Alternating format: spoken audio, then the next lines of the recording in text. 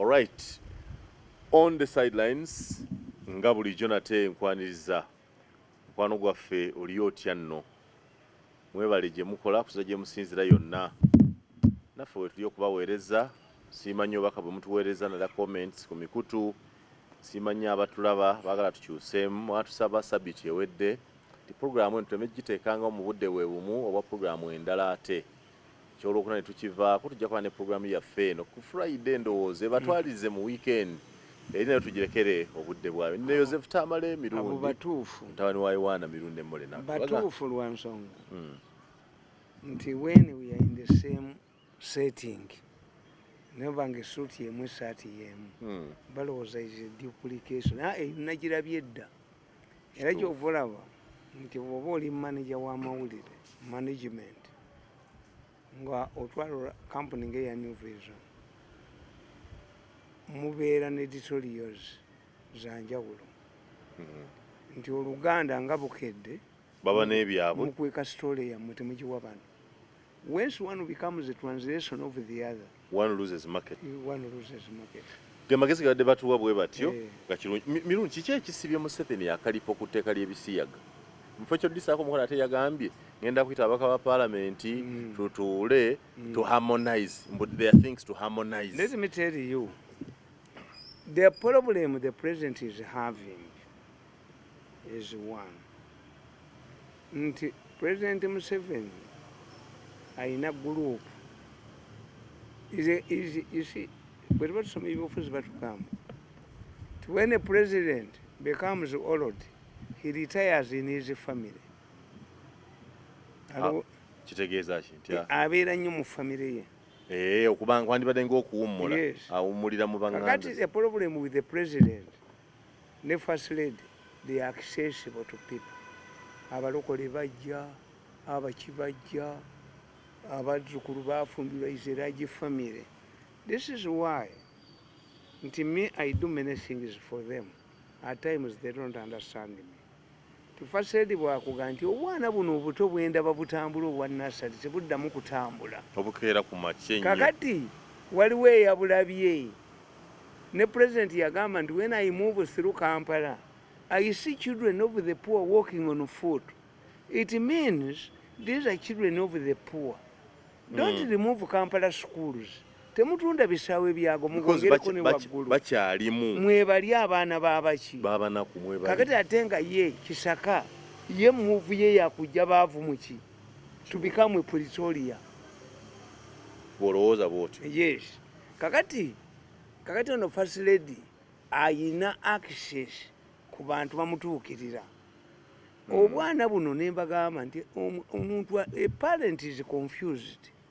Aleka omwana w'ewaka omukozi amukube amutte oba osanga ku Sande ng'omukazi ayinako abaana bana ku boda batambula. Why? Ati obaleka wa ewaka. Tewali safe. In fact, in many cases, if you make a research like me, abaana bangi bafudde nnyo mu kiseera kino. Why? Ti omuzadde apanishinga omwana olumutwala mu kiriniki wa kiriniki n'akubira poliisi essimu. Naye bwe bamukwata tebalowooza ku bano basigaddewo. And they don't tell us to which extent. Ffe we twakulira nga batuga spare the road, spoil the child. Yes, ffe batukubanga. Kakati today, this is why I'm telling you, children rights, women rights, men rights, abakazi bayina ne marital rape. Gender something. When you open up a window to get fresh air, even the mosquitoes sneak in. Kakati bwe muddidde ebintu byonna ebyali abnormal ne bimufuula normal. N'abasiyezi mwe bajjidde. Abasiyezi baawano. Obusiyezi bubaddewo wano naye nga beekwese. Tugamba biri bweru bagamba nti anybody who says, and I've written a book, anybody who says it is an imposition or an exportation from Europe, we had the Basiyas before Europe had them. What are you saying? Obusiyas bwava mu Africa ne mu Arab countries.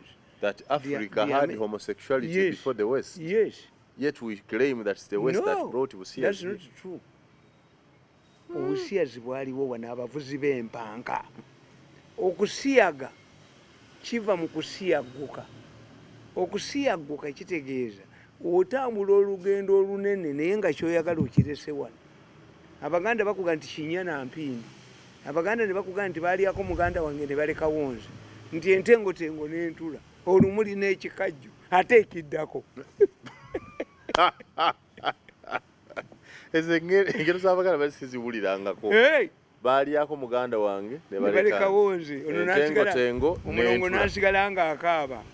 Kakati Katonda n'ayanukula essaala ze naye bamulya. Naye abakambwe bamulya.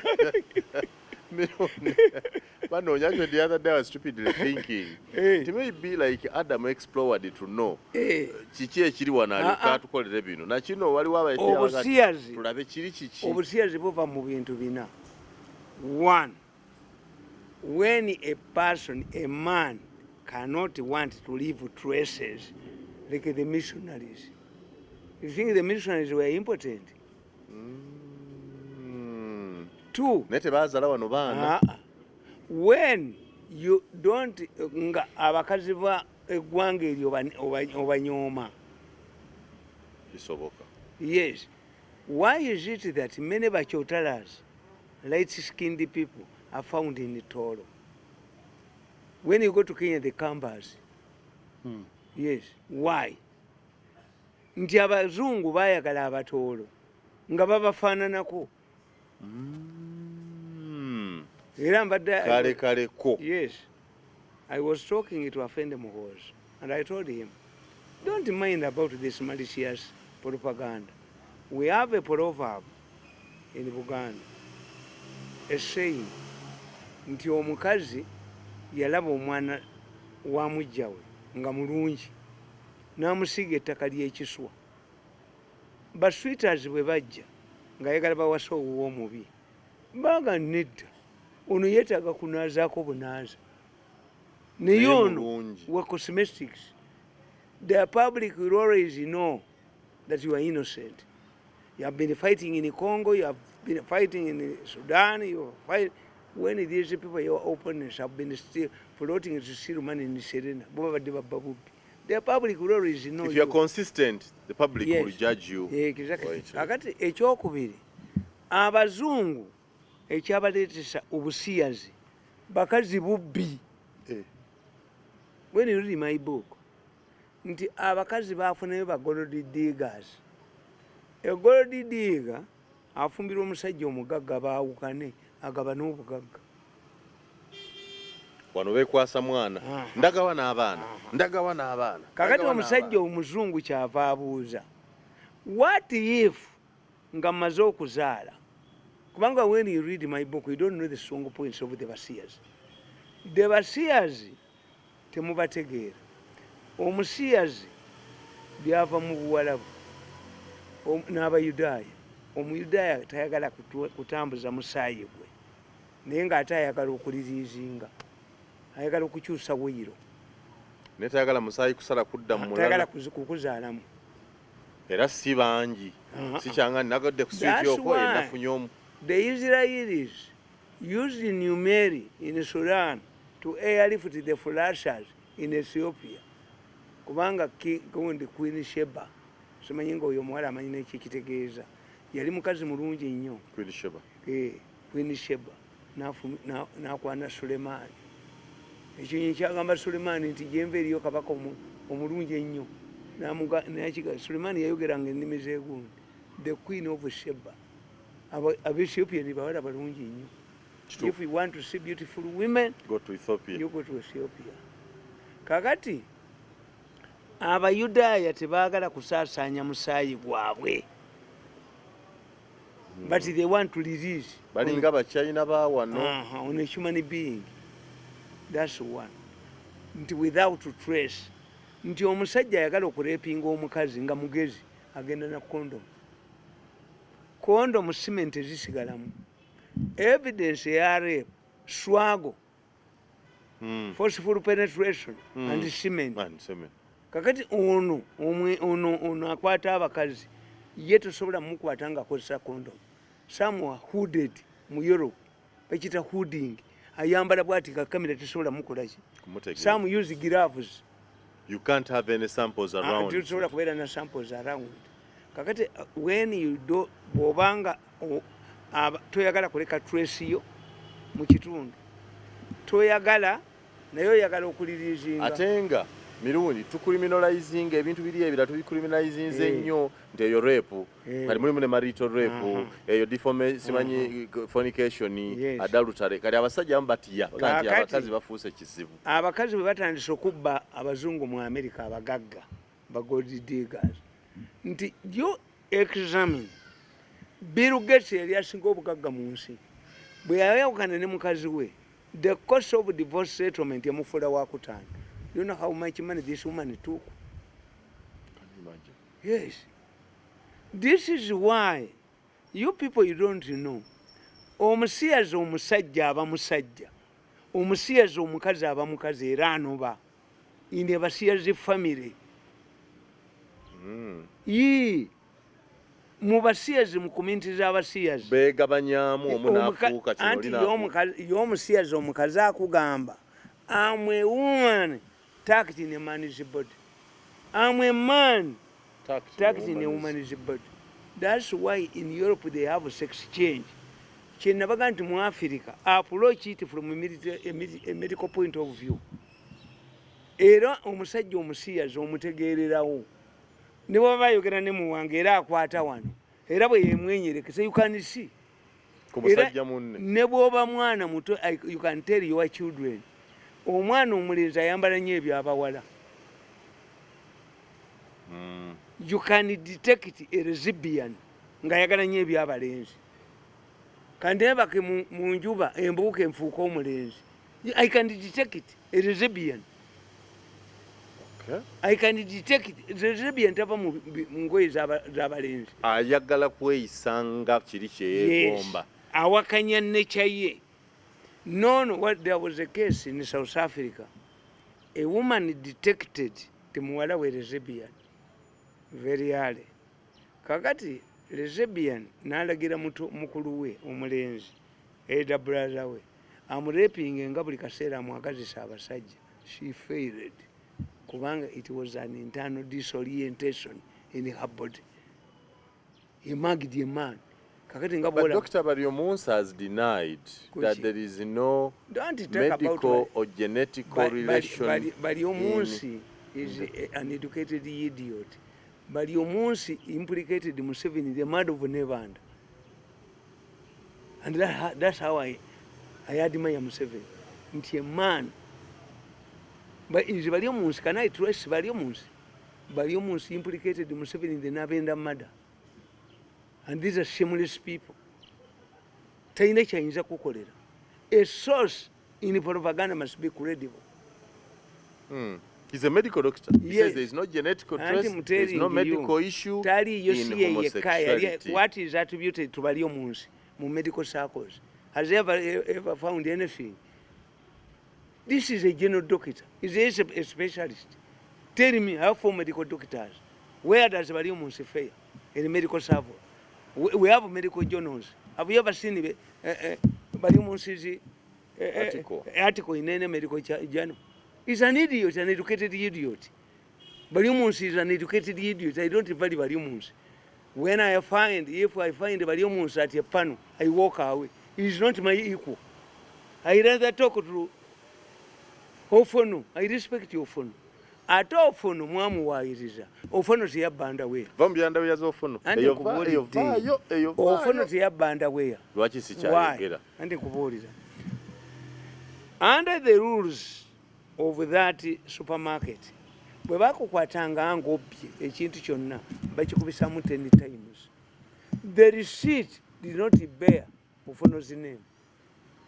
But Ofono had generated immunity. Ofono was a lecturer in Chankwansi, where it is alleged that I know Mutu yasamba naafu. Ofono yakuba ababbi ng'atwala omwana we ku ssomero ku Kampala Parents. Bagiyita batya yali awo? Yes. Yali Kampala Parents. Ofono is a man Pike yali amwagala nnyo. Opono afuna akantu bwe kati n'akawandikako controversial story. Highly intelligent man. Kati Opono ekyamukola obubi. When you take people for yali agenda kuwabira ba monitor. But the problem with defamation cases, you don't deal with this case. Your previous record, are you defamable? Not this one. Chechati Sofono. His character, the past, was going to be scrutinized. But you are not worth it. They don't, and a court can tell you, you are not defamable. Told them to government. Yes. You are not. And you are defamable for seeking members of society. Nabagamba one of the prominent cases of defamation, Ben Kiwanuka sued Obote in the 60s. Ben Obote agenda a guru. Nabagate Mulonda Kiwanuka. Yavumye kabaka we. Ben Kiwanuka bamuboza as a Muganda, you are now the chief minister. When who will come to the other? The kabaka or you? Ben Kiwanuka clarified. When it comes to Uganda tradition, I'm Muganda. I go to Mengo. But when it comes to national issues, I'm up with the kabaka. Ababuke dabaru mukisere kyo ne bakuba mawulire. Ben Kiwanuka ayise kabaka entebe amumalire ebizibu bye. But Museveni repeated the same statement. That's what I told you. Defamation today cannot be defamation tomorrow. Museveni yabagamba nze Ssaabagabe w'abagabe ba Uganda. Did it cause trouble? Who goes to the other? And you have seen the kabaka go there. Yes. Kakati omulamuzi bamwitanga gundi, Mr. Justice Udoma. The Chief Justice was a Nigerian. I know Mwagwegu. Very ugly man. Benish one can wabira Robert. Oh, Udoma yakola ruling. You are defamed before we are thinking members of society. You know it? As a lawyer, yes. You go and bring me 10 people, educated people, knowledgeable people, who don't know that you are above the kabaka. The chief minister is above the kabaka. And what did you about the damages? Benishwanu cannot see the case. On the sidelines, Joseph Tamale Mirundi. Another case. Kalipo Museveni. Another case. Defamation case. Yatisa Ofonopon. Abu Mayanja was fighting the Catholics because he was the only educated, the most educated Muslim. And Abu Mayanja didn't want Ben Chiwanuka.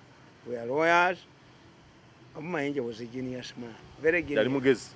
Kubanga bamugobe makerere kapana n'agamba ono omusajja kamutwale mu Oxford musasuli ono my salary. The governor educated. Museveni educated me at the university. You? Yes. So yakuwa omuntu tonna buguma bulungi.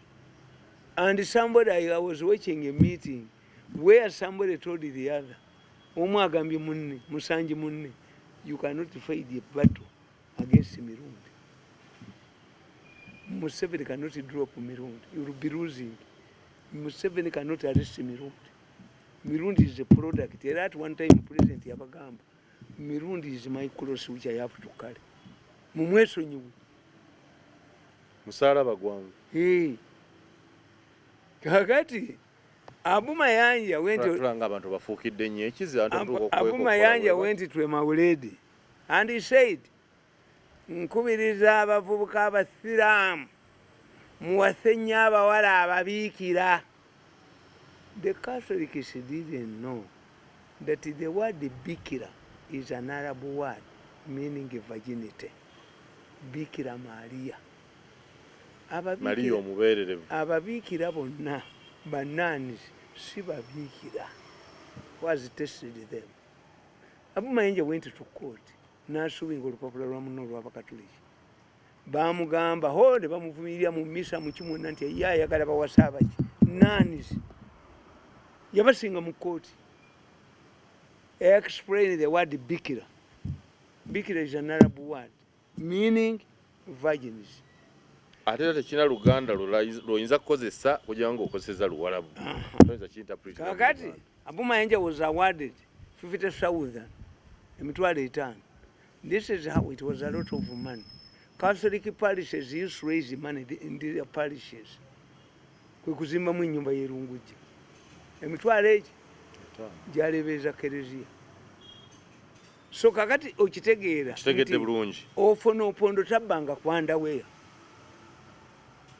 but the eno defamation case eyakuba mu mawulire naga nti ofuna opondo the receipt would have reflected the name of Opondo. it was not there It was not there.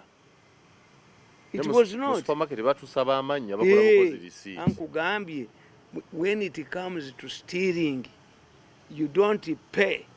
And in the fact that I've been in my first time to go to Europe.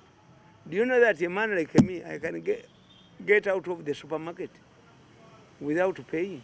Why? In Africa, we first pay and get items.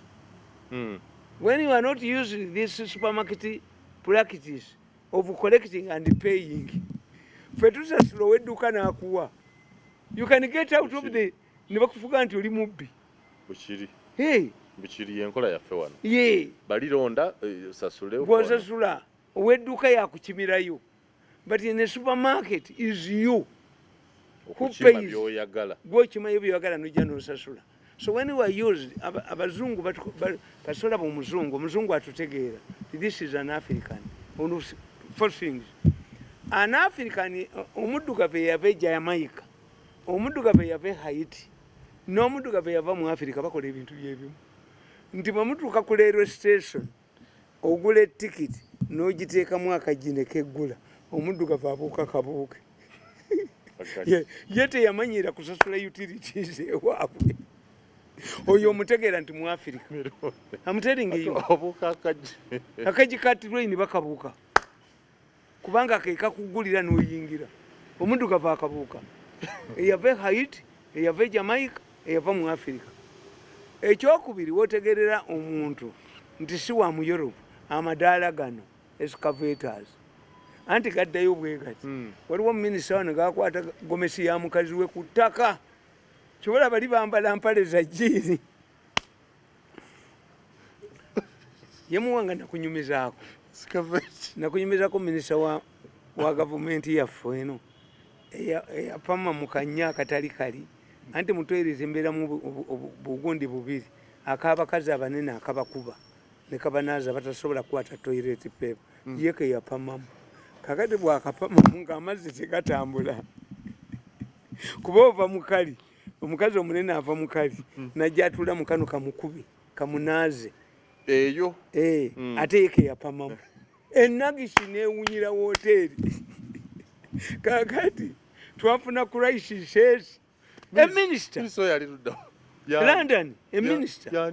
Ask Amelia Chambard. A minister choy. Kakati enagishi neewunya floor yonna. Abasungu ne badduka. Muli bweru. Hey, ne banoonya anaayolamu ayiwe mukali. Esoja over at himself. Dole ebi. Bitano. Kati floor yonna twagisasula. Amelia had to pay for a whole floor.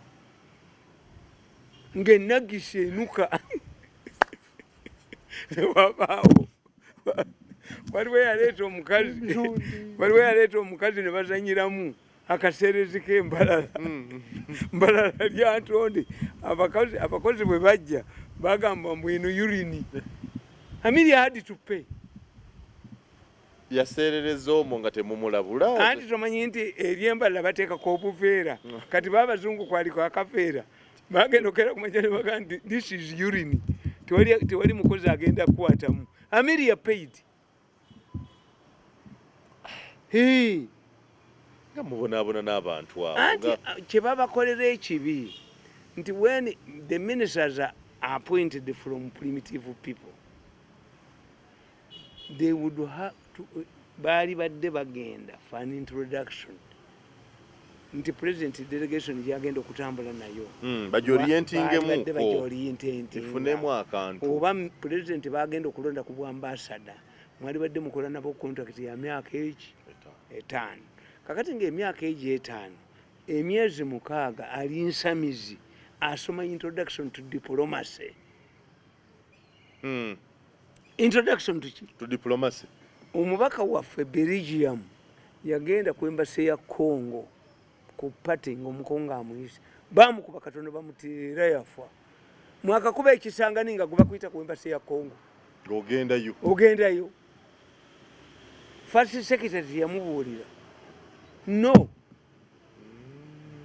bali bakyalina obusungu bwabwe mwabakubye bakwanjula batya sirise Uganda diplomat bana bayaye be Congo abadde batukuba abali e France abali ruddawa abali fedi ndikisangani mwamukubye ne mumalawo twagende e China ne president mu biseera bya Commonwealth ebisajja byatwala Museveni China ina bankers busy China kye yakola ina company ya government. Most of the Chinese who are doing this sort of work here, these are private companies. Ewabwe. They are private companies in China. China ina systems busy. The Chinese corporations tebali anguzi, but they are very expensive. Kakati nebakolayo ne Mirundi government neyegatta ne Mirundi ebba. Kakati president agende China. Kozi ebbaluwa ya president bagitwala mu company mu banka mu private ebba baliyeko enguzi. Museveni yamanyi nti bagenze mu government corporation ey'aba China nga tutuula Exim Bank. Musajja mu China ayogera oluzungu lwe mwenye aba China batutte nnyo abaana baabwe beeru ne boogera accent. If you have a possibility of taking your children to Europe, take them there for accent reasons. Why? Bayinza okuba omulimu mu banka y'omu Europe ne bagamba nti oyo musajja sente zaffe tugenda zijjamu. The language he speaks, we don't understand it. You must have the accent. Abachina batutte abaana baabwe for accent. Bano abayindi bacacacaca tebakyaliyo. Nti Prime Minister wa Bungereza ayogera cacaca. Yakulira you to get the accent. Take your children to get the accent. Oyinza okwogera n'omuntu nga tawulira. You can invite a man like me to address a meeting ne baba nga tebampulira ate nga bayita akayintabuli. Which language is this man speaking? It is from Kalisizo. It is from Kalisizo. We didn't go through good school. Pamuzala Kalisizo. Hey. Wasomera simanyi. Kakati Museveni atuula mu ntebe. Omusajja mwedeta kikaaga. Where is the letter? Omusajja n'ayita secretary we. Ku laptop ng'ebbaluwa ya Museveni teriimu. N'agamba Museveni nti your letter is not here. Museveni n'adda mu Luganda. Gasajja mmwe yagagamba mwe gabbi mmwe. Ebbaluwa ya musajja eriwo. Ebbaluwa eriwa mwagireeta wano mu Luganda. Ne geetunulako bwe gati. Waliwo oyo omusajja wa Gisodo. Wa Gidoso. Yali e China. Nerigamba Your Excellency, since the letter is not traceable, nga tetugiraba, today Kampala tukole daga.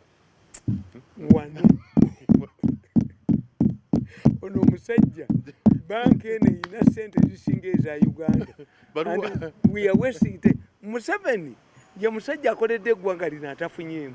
Museveni marketed the coffee to the Chinese.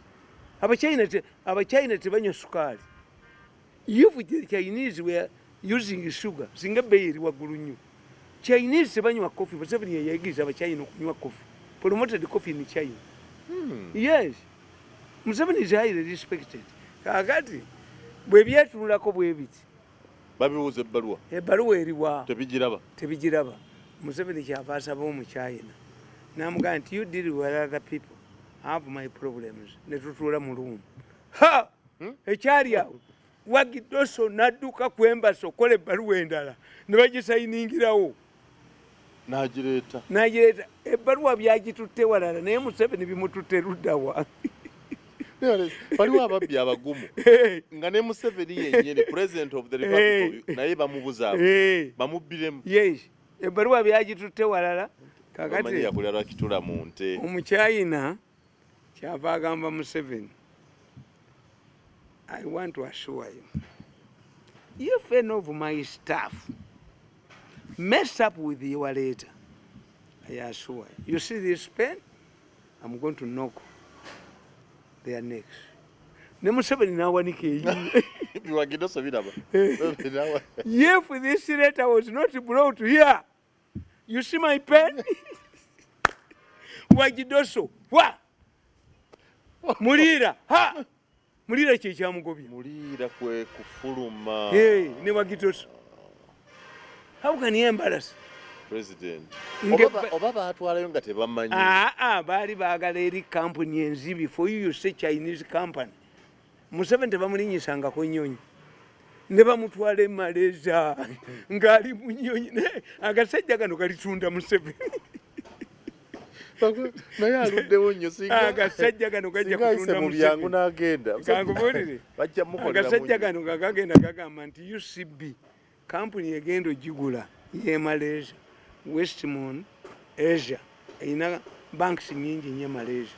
Nga gamuteeka mu nnyonyi. Museveni yagamba, I want to travel with the two people. Tamale Mirundi and another girl, the girl died. Mbuuza Lugundo yali minister in charge of the president, tugenda ndugu. Why don't they give you money? Nentegeera nti bifu. Lugundo yangamba. Bakuweemu ssente. Mu kifo kya trip, bakuweemu ssente. Ezandibadde ez'olugendo. Nentegeera kifu. Museveni ne bamuteeka mu nnyonyi n'atuuka e Malaysia n'alambula amaka banka z'eddukanyi nga kampuni egenda okugula UCB is Westmound Land ya Moi. Wano e Kenya. E Kenya era ye egigula. Naye nga bakozesa ekigambo eki. Westland. Westmound. Asia and Westmound Land. The two are different. Naye oli bwaba anti bwe batuguza leero ogula Trident ne Horodent ne Epicident ne kati bana ab'omukyala awula kimudde Sony. Ate abazungu bo bali bwe bati nti when you are using their name in a positive way tebakufaako. Sebaggala yalaga certificate ne bagiweerezayo aba UNEP. Abasajja babagamba these were our certificates in the 50s and it was a joke. But what we cannot tell you is whether it is the right the person who is having who has it is the right person. But kuliko bifaananyi. Baategeera. Tebeegaana bbaluwa nti yasobola agenda okufuuka meeya. Wamma. Mujja mwetaaga. Kulimino gwe baagaana. Temumwegaana kati mujja kumwetaaga enkeera. Omuzungu tayinza kugaana. Ebyo tetubibala. The only thing that you can deny which is positive is HIV positive. But if somebody says you resemble Museveni, you are not the first one to tell me. A woman, you tell a woman, you resemble Nabagereka. Are you sisters? You are not the first one. Maybe, yes, Africans will resemble each other. You deny Koni. Name going to you HIV positive. Yeah. Chimisana chimulema. Chimulema. The only positive thing you deny is HIV. Is HIV positive. So therefore, kakati bana abasajja abo ebyo byonna bulaba Bidco is not a Malaysian company. Bidco company ya Nicholas Biwott. Era kyobulaba nti bawambye waffe esango bbe ne bawambye gundi ettaka lyaffe tumwebaze n'alitunda tujja ddi bajjako. Gundi nendaba Nabbanja nga ayogera ebinazi bigenda bweru wa Uganda. If the binazi were produced tubawa ettaka tubawa ki? If ebinazi were produced for Uganda's consumption, where is the source of butto for Mukwano? Mukwano will not be importing. The binazi are going to Kenya. Mijingo. 5 vessels meri za Uganda 5 ziri mu nnyanja. Era President Museveni omusajja amuwandikira ebbaluwa n'amugamba nti Your Excellency, I am ready to retrieve these vessels on my own cost. I'm going to use them. The President wrote to him, you are free. N'atwala ebbaluwa mu Ministry of Works. Ingini Mazina amugamba, we have received His Excellency's letter of such a date, permitting you to retrieve these vessels. We are going to allow you to retrieve the vessels under the following conditions. 1, in the case of the vessels is damaged in the process of being retrieved, you are liable. 2, if you are not going to be retrieving these vessels, does not mean that you are going to own them. You are going to compete with others. Ingini Yamazi. Oyinza ki okuŋŋamba wa charity nkola nange kufunamu Hey, bwe nzijjayo nfune. twaleeta abajapani ne badayivinga mu nnyanja ne bakebera emmeri nga teziri damages. Teri mmeri yali etomedde ginne waayo okujjako mu Uganda ate Museveni baamubba. There are 5 vessels under the waters of Lake Victoria. Tezivangayo naka. Bazitta zirema okusomba ebinazi birage Kenya. Mijingo, you don't know what is happening. Ne Katumba omala tazijjangayo. Emmeri ziritano. And the man was killed. Bamuyitanga mulowooza yali mukwano gwange.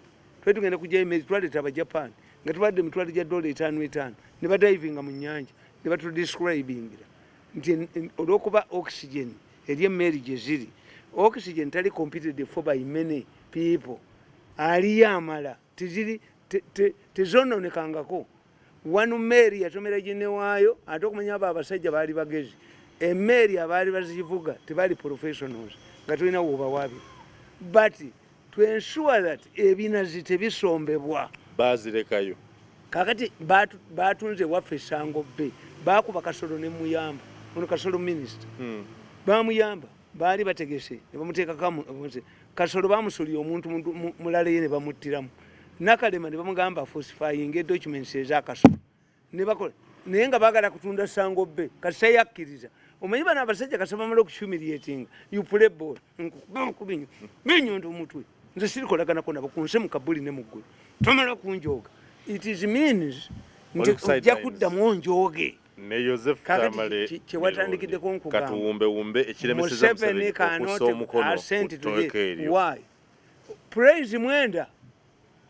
Museveni akimanyi.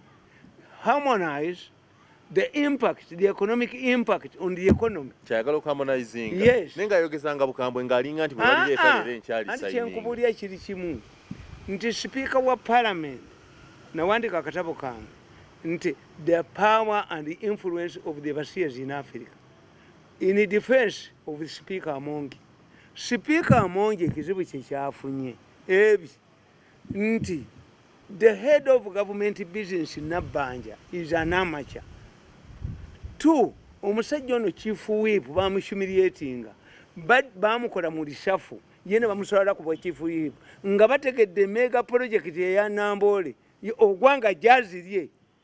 Why do you humiliate this man? Omuyita musiru mboze ngende bakanyuke kasasiro kujirikiti kwa basula embwa nga batute 5 billion here for this man wants to access this money. It should go to New Vision in Sweden amazi.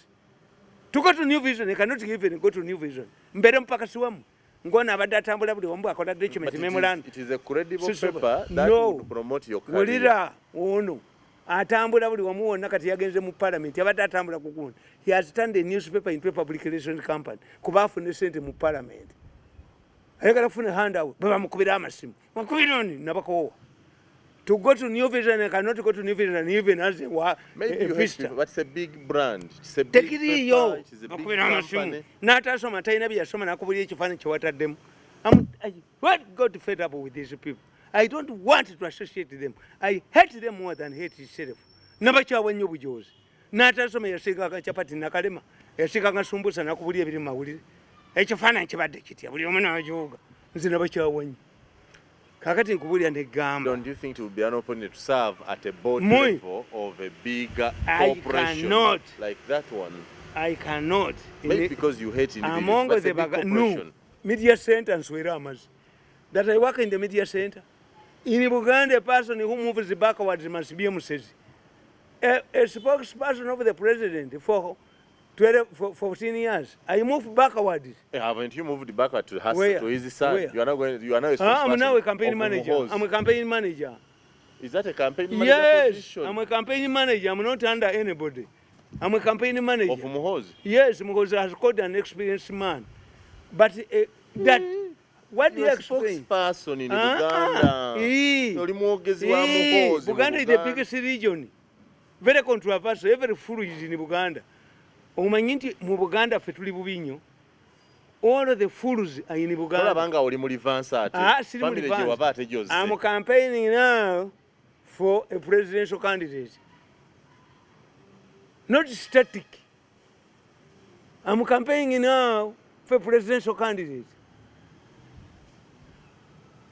Yes. And my chances of being an MP are clear now. Nino genda mu parliament. Hey, ngenda mu parliament. I will be a member of parliament in the next parliament. Where? Mu parliament ya Uganda. When I told you that when Afenim was called me, I compared his voice to the voice that Jesus, that this man Lazarus had. Jesus calling him, get out of your grave, walk. Nature sika kasa Mirundi. Waliwo oyinza okufuna akaluko obwemu. Mu box okusanga mweki. Uwa Muwanga, you don't know me. Mu box. I'm a very popular man. Boxing ane mutabani otakuwadde Muwanga kalulu. tutambule mu Kampala. Olabe endulu bwe zivuga. I can stand in any constituency in Kampala and win. Bano abasiru boolabye. Abasiru bano ndabe akabukedde kawandiika. Bakansa mbwaba Nuupu bajeemedde Bobi Wine. No. Ekyombo kya Nuuwa kyalimu baki? Ekyombo kya Nuuwa kyasooka kuvaamu baki? Ekyombo kya Nuuwa kyasooka kuvaamu bino ebinyonyi ebyagenda okulya abafu tebyadda. Abo bo bawedde abambadde uniform z'amagye. Bo bagenze tebalidda. That's how they kill their future. Nze nabalaba nga bateesa. Let us take to defeat Muhoozi. Obagano tyogende ekyankwanzi ng'ate balondebwa already bali mu government. No, kankubuulire. Bwe tuba abasiraamu nga basaala, fe abatali basiraamu batulekawo mu ntebe. Zino nsega. Bobi Wine talina kyafiirwa. Ekitatta muyima tekimumalaako nti zino mbwa. Bino bye binyonyi ebivudde mu kyombo kya Nuuwa ne bigenda biri abafu. Yasooka Nuuwa yasooka n'asindika y'ejjuba ne likomawo.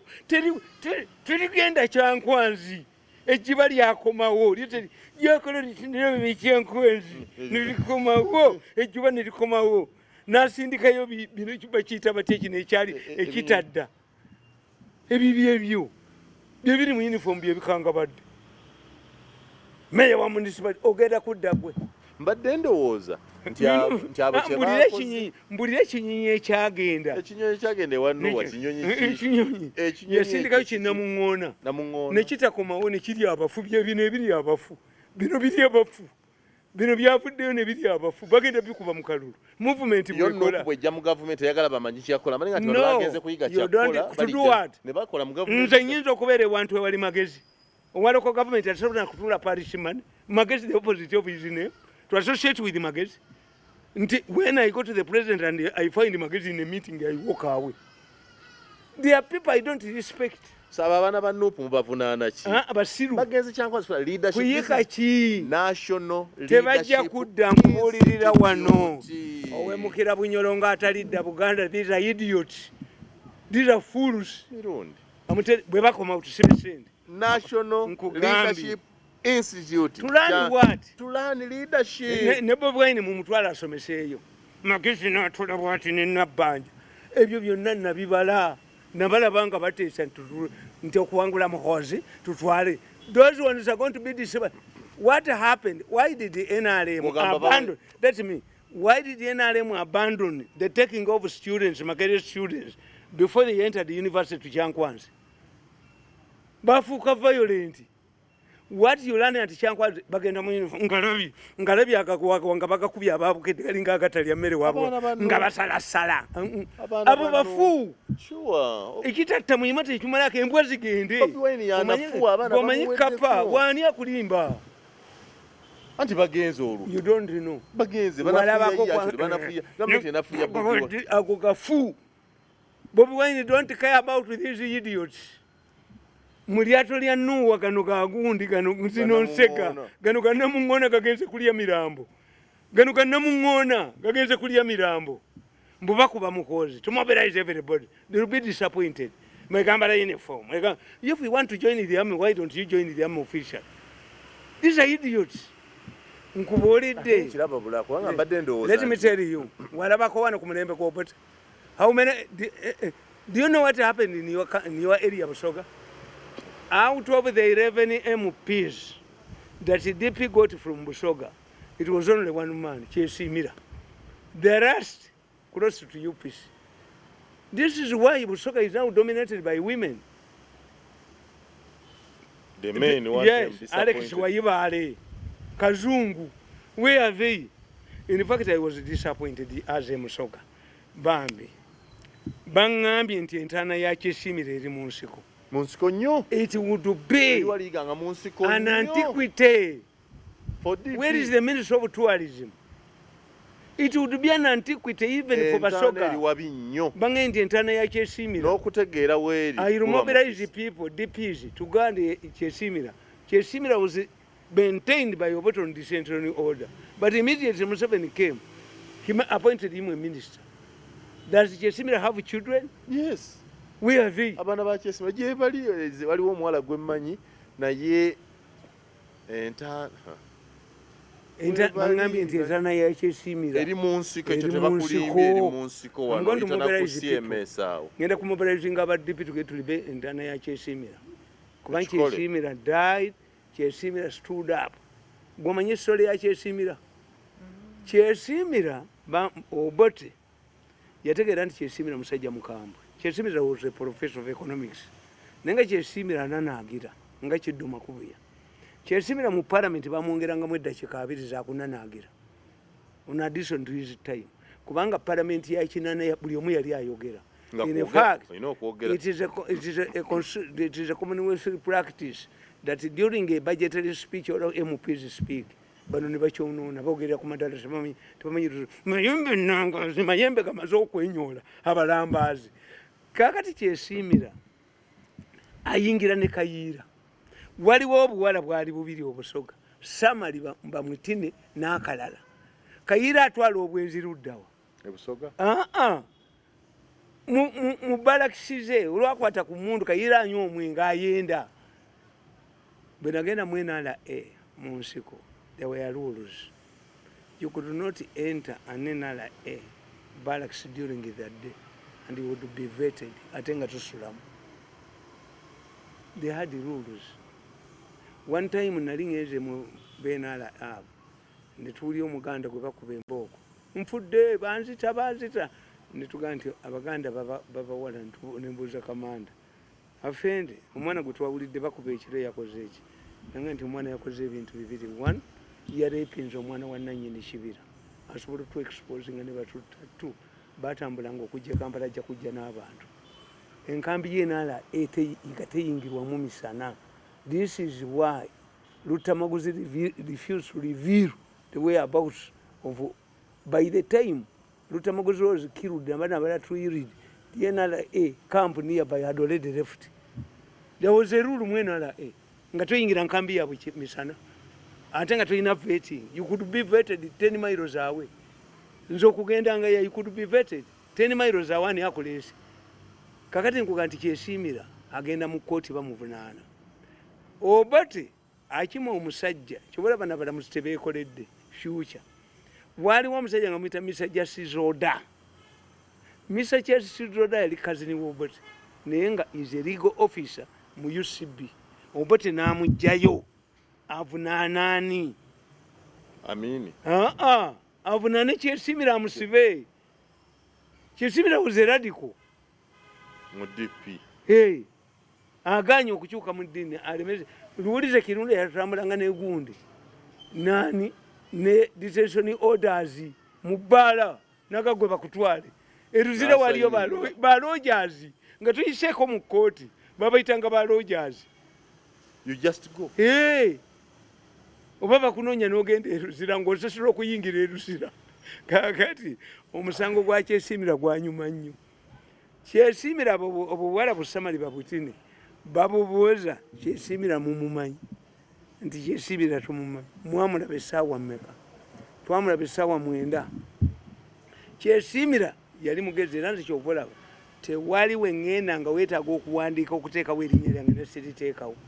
Kyesimira came to Parliament, signed in the book, the Parliamentary book, and left. Omulamuzi lawyer gwe bayita Joseph Mulenga submitted the longest submission in Uganda's history, 14 days. Nga akola summary ku musango gwa Kyesimira.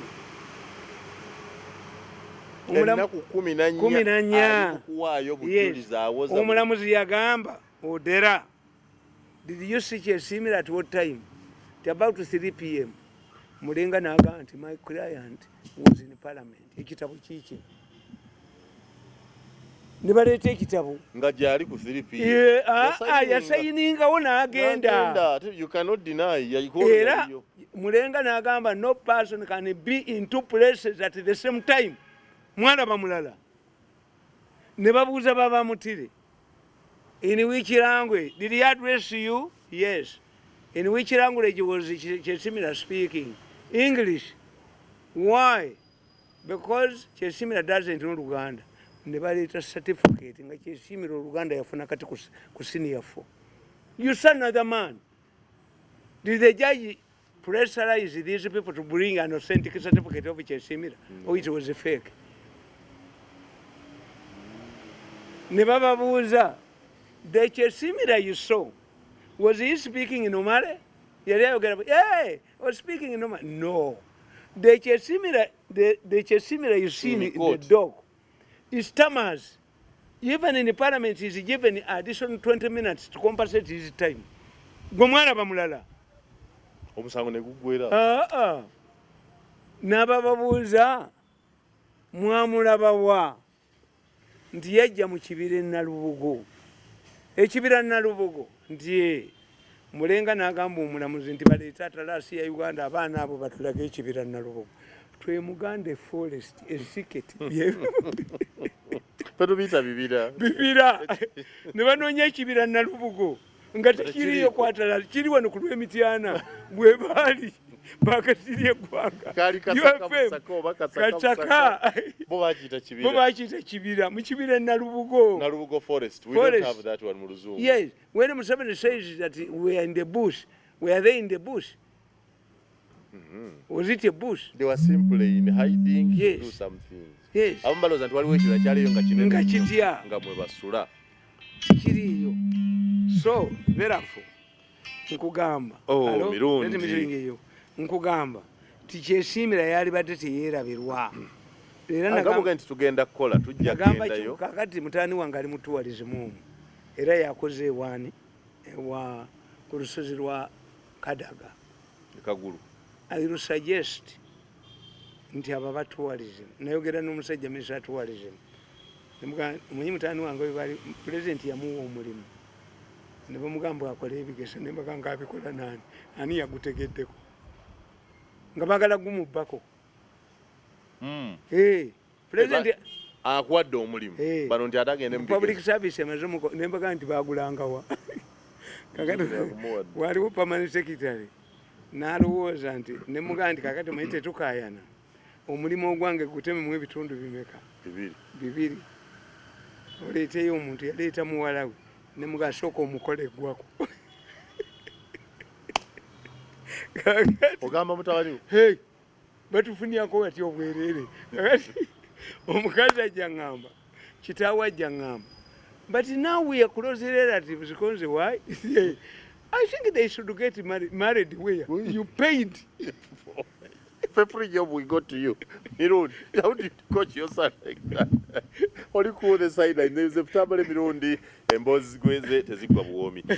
Kitutu jyo yarabise mu kooti yazenga yebikiridde nga malaya ava mu loogi omusajja ayingira. Let me tell you. Ekyo kiyamba Museveni okulwanyisa enguzi. For me, nti osobola okukwata omwana afunye olubuto n'omugoba mu ssomero naye ng'abenzi abalala basigaddemu. Yes. To me Kitutu gwe bakwatidde mu penalty area okubawa penalty ababbi mwebali. Kitutu was a fool. You see when you look at these people, they are arrogant, they are not thieves. Uganda tina babbi. Yes. A thief must be able to conceal his footmarks. True.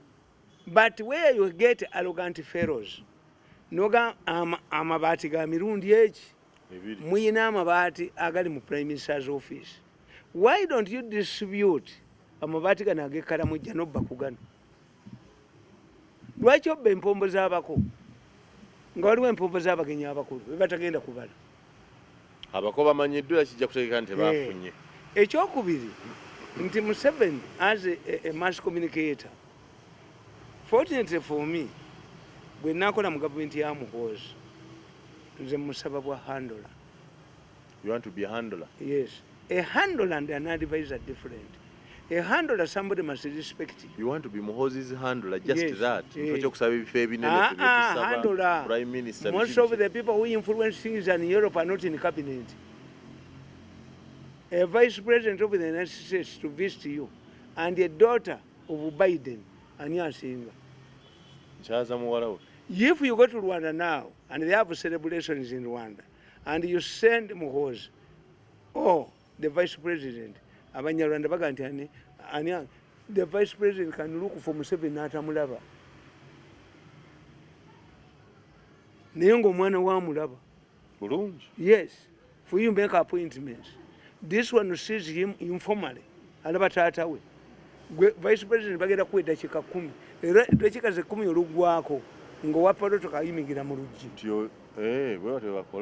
Waliwo abapolotoka babalya president essaawa ti oyingidde mu pologulamu y'omuntu omulala. Naye polotoka tayinza kuyingira mu facility ng'anyumya nabba oba abaana ba Museveni. The chart does not reflect the influence and the power. In the politics, the influence and the power of a person is measured by the distance between him and the source of political power. Muhoozi akuba bano bonna. If you judge Muhoozi as a general, you are making a mistake. Muhoozi is not an ordinary general. He's a son of commander in chief. And Museveni drafted the first code of military, code of ethics, UPDF. Nobody can interpret it more than him. Yes. Kakati nkugamba. Yes, nkugamba. Nti bano ekiri mu gavumenti ya Museveni. Alwanyisa nguzi kati yabawaddeyo bonna tulinze babakwate. Change agent. Museveni okusiba abantu tekimuyamba. It will not solve a problem. Because bajja kutuuka bagambe nti baasiba ng'ono tamusibye. Asibye ono. Are you saying that all of those who stole who benefited bagenda basiba? Waliwo n'agambye ku makya nti ono gwe wali ogamba bamutulaki Parliament gwe yalaga nga yakola temumusibye ono akyanoonyerezebwako yagenze n'asulayo olwo batandise obbikyusa. Kakati batandise obbikyusa. Ate bakubye ebisambi by'essebo. Obirabye mu mawulire. Ayina waaka bayinza okuga nti ayina gwe yabimma. Kitutu ayina waaka. Ayina waaka kitutu ayina waaka. Namulabye ku myaka egyo. Sepotoka yakyezinze kisutu ayina waaka. Ku myaka egyo namulabye. Kitutu ayina waaka we. Kakati kankubuulire. Kitutu yasooka nabba $400 million intended for electricity. $400 million borrowed from World Bank. Kali zamuyamba kinga asobola okubba ate yali yekka. Bakuwaayo bo bali bagezi balinaanye Museveni bwe bati. We have what we call a preemptive arrest. Golozala kyaganye kola statement. Tulaba bana abatannagirinya pisto mweziri mu kooti nga batudde babatunuulidde. Basegirinya bayinza okwogera. Sebo mu kooti mwebali babatunuulidde bati semayoto owone. Mwebali mu kooti. Gwolaba Segirinya boogera. Abasajja mwebali mu kooti. Babalinze kwogera. Babalinze semayote. Waliwo kahausigalo nga kalumiriza omwami w'ewaka. Omwami w'ewaka ajja n'atulaba. Kone katula. Owaayi. Obwana buno tukayambye ne tukaliisa ne kanyirira. Wayendera ki? Era nze ngamba bahausigalo. Mbagamba bahausigalo. Tugamba nga konti olubuto lwa nannyini waka. Gamba bankwatira ku luzi. Kakati nannyini waka ave. Naye mukyala, mami, akaana kano kajja ewaabwe waako nga kanaku. Tukazeeyo n'olubuto. Kabeere wano kalye bulungi olwo muwadde escape route. Bulungi. Era oyo gundi Bukenya si gwe baasiba abalala tebaalaalira. Mukula ne Mukwezi baamusiba. Mukula gwe baasiba. Bafuna looyo ogwo. So these people know how they escape. Bo bakibala wala balina experience. Bakibala. Kakati nze kyengamba Museveni kiri kimu. President Museveni. Go again to he must reinvent his government. Kati olwo atandika okukyusa afuuse mukambwe alwanyisa enguzi azze government ye. Bonna n'abakwata n'abamalayo. Kakati nze nkubuulira nti we should move with the two, a dual process. President Museveni alina okumanya change agents. Why did Museveni maintain unity in the bush? They had objectives. We must win the war and change the country. The problem with Museveni today, there are no objectives, shared objectives. That's why I'm suggesting nti Museveni yalibadde ayita cabinet ne parliament in a joint retreat Mwenda n'aboogereramu. Mwenda yagamba, unless we get light that can light in all the corners of NRM, we are doomed. Tugenda kugwa. Where do you find a country that has the such potential of oil? Nganjavu. National coffers is empty. Ekitegeeza amafuta gasimwadda. Tetulina kiriwo. Oba temuyina babalimba. Money would be flying everywhere. Or you have fake companies. As a Ugandan, are you happy that Kitutu is in prison now? As a Ugandan now, President Museveni, for us when we come to power, tugenda kukola bwetuti persuasion. For you, the who? When you float an idea, mass communication, we are change agents. If Museveni had sat with these two ministers of Karamoja, n'ababuulira, why should we give Karamoja iron sheets? Create an idea, market it to both the implementers and the beneficiaries. Until today, what will happen? What's the purpose? The purpose is that maybe there was in Karamoja as a result of fighting over grass. When you give them iron sheets, the war can end. Two, semi-permanent houses can also solve a problem in Karamoja. Legacy. Museveni would be remembered by somebody who transformed the Karamoja. He managed to disarm the Kalamajongo who had defeated all the government.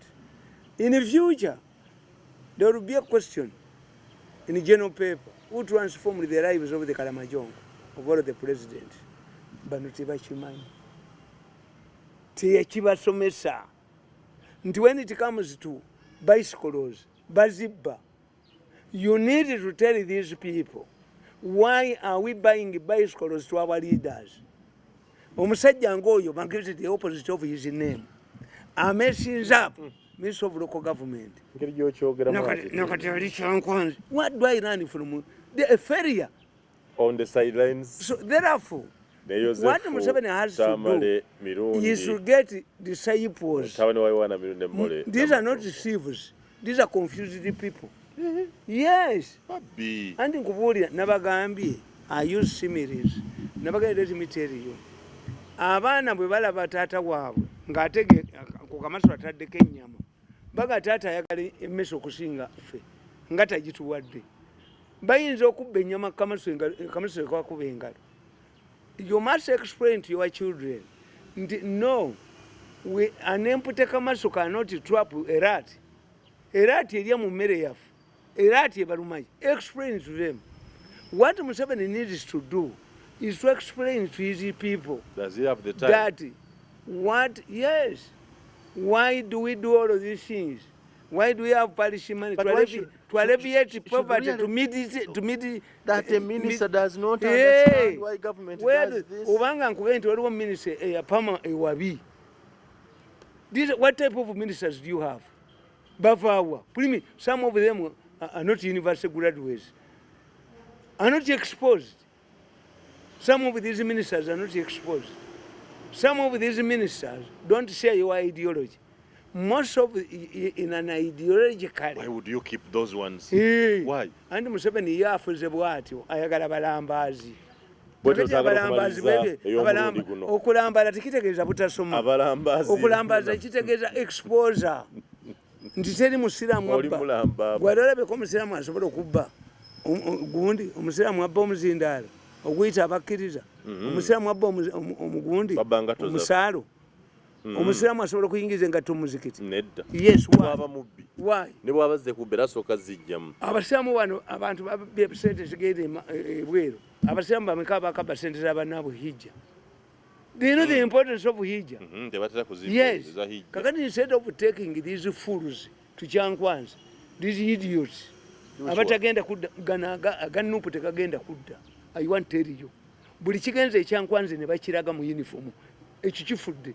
Bobi Wine yakubireko mu ngalo. Kapa bwe beeyagala okugoba amagunju, omanyi Kapa kyekola okugoba amagunju, yeekweka ku bbali ng'ezadde ebyana byayo n'ebibogolera amagunju ne kagenda, amagunju kagenze, ago magunju kagenze bwetyo bwegenze.